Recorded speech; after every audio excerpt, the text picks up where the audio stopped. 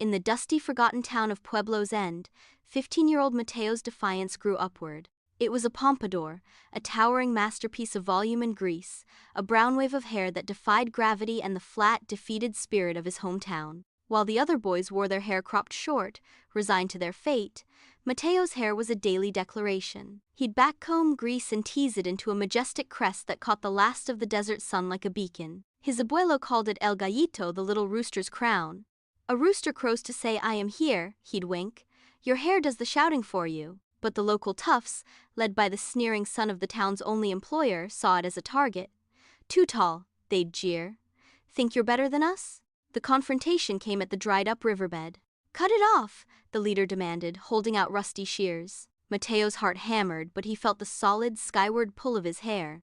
He remembered his abuelo's stories of their ancestors, men of stature and pride. Instead of fighting, Mateo did something unexpected. He climbed onto a large, flat rock.